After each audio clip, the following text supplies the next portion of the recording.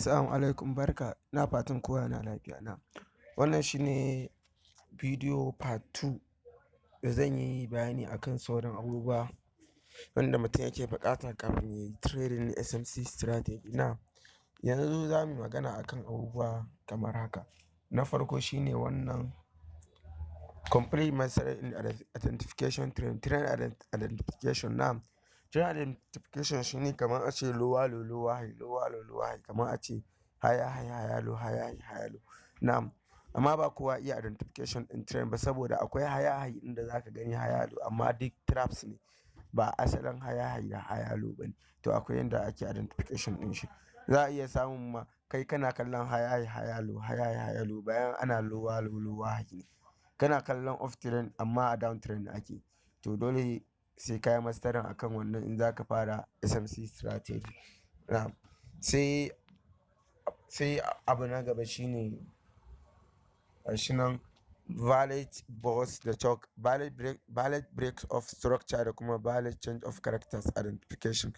To shi ma dai ba kowa ya iya identification. Wani zai je ya cire kamar a samu break of structure, bai sani ba, yana nan yana ta looking kamar a ce ana buying ne, bullish ne, to ya samu break of structure ana buying, yana nan in market ta dawo yana kallon kamar za ta yi buying, to tana dawowa shi yana kallon bayan ashe an samu change of characters ana down ne, sai ya zo ya ce zai yi buy, sai ya yi buy ya je ta mai hitting stop loss ko kuma ya ɗau change of characters bayan ba change of characters bane kawai traps ne, sai ya ɗauka yana kallon selling, da an zo kuma za a fasa shi sai a ci gaba da yin buy.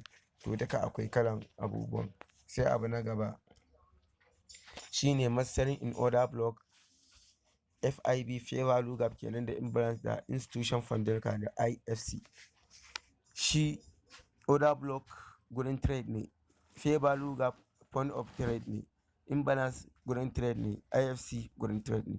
Kamar a ce point of interest, farashin sha'awa daidai farashin da zaka iya siyarwa ko ka siya.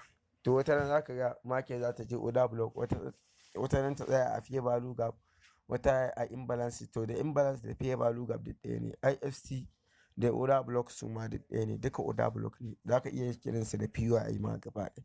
To su ma akwai fake akwai kuma wanda ba fake ba, saboda su ma akwai traps ɗinsu akwai wanda ba traps ba. Su ma dole sai ka san yadda za ka yi identification ɗinsu kafin ka fara SMC strategy. Sai abu na gaba shine retail trade like bank institution. To retail ne za ka yi trading kamar irin banki, institution banks kenan. Za a koya ma yadda za ka yi trade kamar banki, duk da dai ba wai banki bane amma kamar ne, ba wai kamar banki ba. Saboda dole sai ka bambanta da asalin retail trader. Masu trading kamar price action, su indicator, su waye ga su nan dai kala kala. Sai abu na gaba shine types of liquidity. Liquidity yana da matuƙar amfani a kasuwa. In ba ma liquidity ba market. Market tana buƙatar liquidity, shi yasa za ka ga wata ran da an yi sweeping mutane an samu liquidity sai ka ga market tana gudu. Kamar news ne, in dai news ya zo za ka ga an fasa mutane, in buy suka yi a je a cire musu stop loss a dawo, ko kuma in sell suka yi a je a cire stop loss a dawo dai. Dole sai market sai ta nemi liquidity, sai ka ga tana da ƙarfi tana ta gudu. Sai abu na gaba shine hedge probability entry da kuma ping pong da kuma sniper entry, multiple entry scan, single candle mitigation entry. To hedge probability shi yana da ƙarfi ne a kasuwa, ko yau na shige shi in na gama bidiyo zan nuna hedge probability. Akwai kuma ping pong akwai kuma sniper entry. Shi ma sniper entry yau din na shige shi zan nuna muku. Sai multiple entries wanda kamar an market ta yi retest ta dawo za ka ƙara entry ka ta ƙarawa har zuwa tifin ka gaba ɗaya. Sai single candle mitigation entry. Shi single candle mitigation entry ba irin order block bane, wani candle ne shi kaɗai ne, ka gane, mai ƙarfi ne, in ya zo gurin da za ka iya yin trade. Amma za mu nuna muku nan gaba. Yanzu dai ina bayani ne akan duka abubuwan. To hedge probability akwai 25 probability, akwai 50 probability, akwai 75 probability, akwai kuma 90 ko kuma ka ce 90.99 ko ka ce 90.9 ko kuma 90 probability, saboda trade baya taɓa zama 100% probability, shine kawai. Sai abu na gaba shine multiple time frame analysis. Shi kamar za ka je weekly kai analysis ka dawo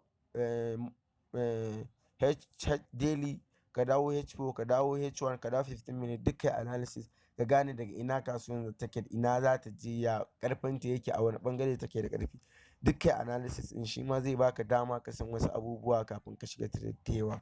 Na'am, wannan ba yi magana a cikin shi ba, ku yi haƙuri. Sai abu na gaba shine wannan trade management. To management in trade, shi yanda ake management in trade, bayan ka gama mastering yanda za ka yi, san yanda za ka yi analysis kafin ka shiga trade, akwai yanayin capital ɗinka, yanda za ka yi management in trade ɗinka, ya karfin trade yake da shi, wani percentage ne karfin shi, nawa ne account ɗinka, nawa ya kamata ka shiga da shi, duka shi ma akwai wannan abubuwan.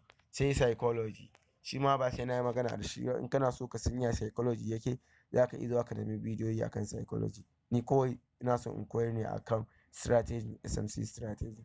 Na'am, insha Allah yanzu zan nuna muku trade ɗin da na shiga a GBP USD da kuma trade ɗin da na shiga a gold yau ɗin nan. Na'am, wannan shine analysis ɗin da na yi akan GBP USD. Wannan shine analysis ɗin da na yi a H4, to shine na mata ma sniper entry, wannan kenan. Sai kuma gold ma yau na yi analysis ɗinta, na shiga selling, gashi nan na shiga selling a gold, shi ma duk zan je in nuna muku, bari na je. Na'am, yauwa ga trade ɗin da na shiga a GBP USD, inda za ku gani gashi nan inda na shige shi, na mai sniper entry, kuma ina kyauta da tun Allah ya yarda, ko da ba za ta kai profit ba, amma za ta zo min ko da daidai nan ne 50% na profit ɗin, kamar dai haka ɗin nan, Allah ya yarda sai in iya fita. Amma ina kyauta da tun za ta je min har TP na, in Allah ya yarda. Sai kuma gold, ga ta nan ita ma da na shige ta,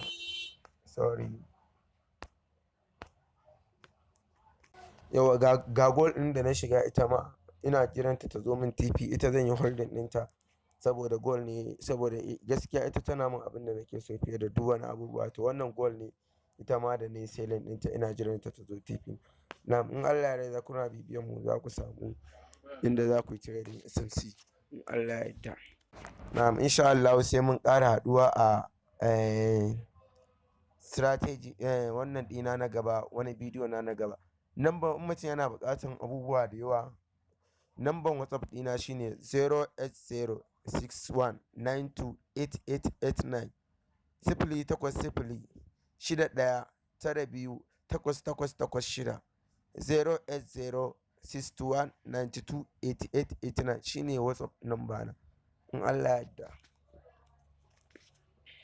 Wannan shine number WhatsApp ɗina ga wanda yake buƙatar signal kamar irin su crypto signal, BTC, irin su Litecoin, Ethereum.